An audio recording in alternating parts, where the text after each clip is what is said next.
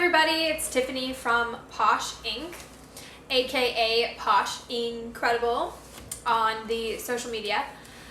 I just wanted to do a quick video about a question that I was asked last night.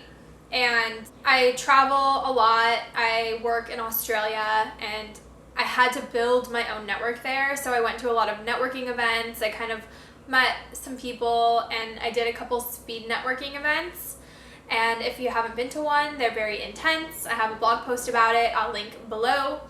But in New York, I really just have my friend group, and I have different types of friend groups, but I don't really have a work crew because I work by myself here a lot.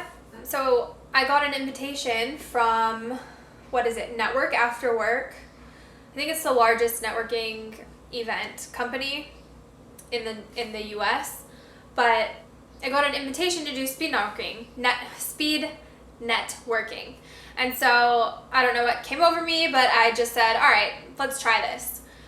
I could really use an expanded network in work here in New York. So I went last night, and it could be kind of weird sometimes because you click with some people right away and other people you don't click with, but you have to keep talking to them anyways. And I was with a group of people, and we all went around. This was a different type of speed networking than I'm used to. Usually it's like a one-on-one, and you each get 1 minute to talk about yourselves, and then you move on to the next person.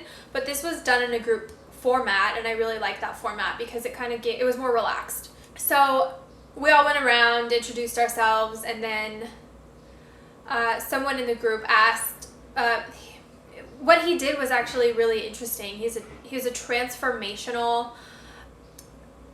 I don't want to say, the only word that's coming to mind is assistant, but he helps large corporations transform their mindset or transform the employees so they could all move in a more efficient direction or a different direction, and make sure that all of the pieces kind of work together so the change can be attained.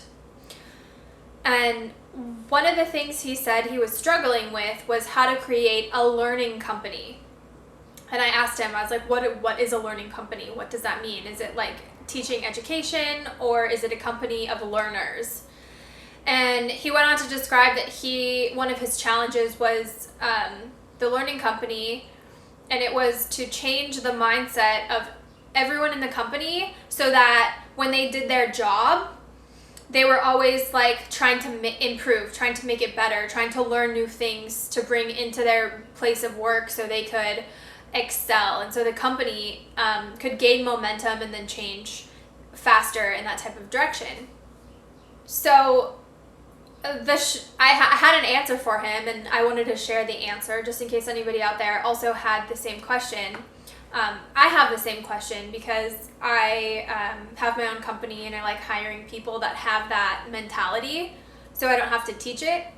So the short answer is, if you want to have a company that's constantly improving, then hire people who constantly improve themselves. And one way you could do that is by observing their behaviors. So there's a lot of group interviews. So you can observe the people in a group and have them do the same task like 20 times in a row. And you pick up on the people who want to try new things, who want to do it a new way to make it better. Not the people whose mentality is, if it's not broken, why fix it? You want to hire the people who like to test and tinker and play. Play is really what it is. So you want to hire people who like to test and tinker and play with things, because that mentality is a type of mentality that leads to improvement on a whole. But his question wasn't really about how to hire people who have this play mentality. It was also there's a book I read. It's called Free Play, and I would say that might have been the book that had the biggest impact on me last year. I read a lot, so that's saying a lot, but last year I really wanted to embrace this play mentality. I think it's super valuable, and that to me answers his question of how to do this. You incorporate more play into the work environment, and then when somebody is doing work, they don't feel like they're doing work that they have to do. They feel like they're playing. And then play also opens your mind to more creative things. One of my friends does play workshops, and he helps companies solve problems with play, because companies get better answers when they take the play approach. But I digress. We're getting a little bit off topic. So he asked, well, how do you change a company or a corporation into, without like having to fire your entire staff and then rehire based on this single mentality? How do you change the company?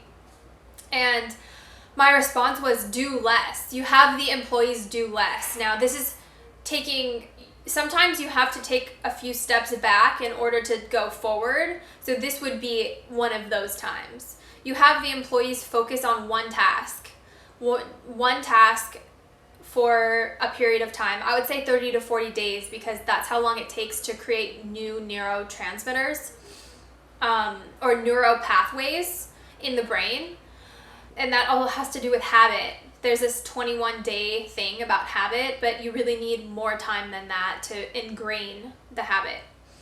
So the longer you do it, I would say 40 days, I really go take it to the max. But I would say to create the habit, to create the mentality where it starts seeping into all that these employees do, would be to have them focus on one task and one task only. And the brain hates monotony. It hates, it's very scattered. It wants to keep grabbing at things outside of itself. So you tell the employee to do one task and to do it well, to do the best that they can at this one thing. And that's all they have to do for that entire day of work, or even that entire hour. For an hour every single day, the employee does one thing. And it requires a lot of thought and a lot of thinking and a lot of planning. You kind of plan it out, and then you do the task, and then you analyze it and maybe write how you're going to do it better the next day. So 1 hour out of the day, the employee just focuses on one thing and writes a list about how to make it better or how to improve it or what would make the process more fluid. And you just become very meticulous about things. And without taking this time to focus, the employees will always gloss over, will always reach for the next thing that's going to distract them, will always go to their email, because those are the habits that the employees already have. So in order to break those habits, you have to replace them with new habits, and you have to really drill in those habits.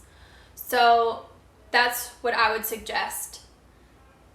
It takes a lot of time, and it takes a lot of effort to break habits. But as soon as you start doing that for one thing, the habit will seep into everything else the employee does.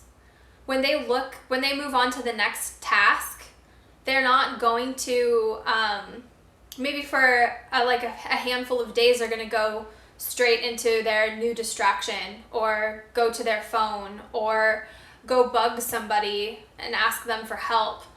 But when the brain gets to focusing, it delights the soul. We love meticulous work and improvements, because it makes us feel good inside. And once we start to recognize those feelings inside of us, then we're going to want to do everything that way. And sometimes it's not time efficient. That's what the company needs to understand, that to do something well doesn't always mean it's going to be the most efficient.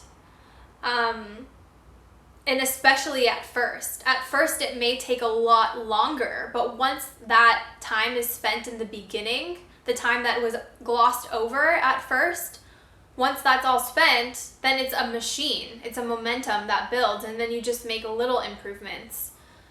So anyways, I hope you enjoyed this video. If you want more like this, let me know. These ideas, these questions come up all the time. And for the podcast, I'm looking for women in the workplace for interviewing. I'm looking for people who want to share stories, either about family or about resentment. Resentment is and forgiveness is something that I'm dealing with right now on a personal level. So anyone who has gone through that, I'm always looking for people about things. I really don't know how to do hair, so I would love to learn more about hair. So if anybody has like a hair lady, or anybody who wants to play with extensions or beauty stuff, I do all of that. I'm obsessed right now with the beauty world.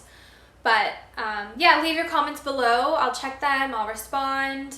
And thank you so much for watching. Stay tuned for more from Posh Ink. Readable.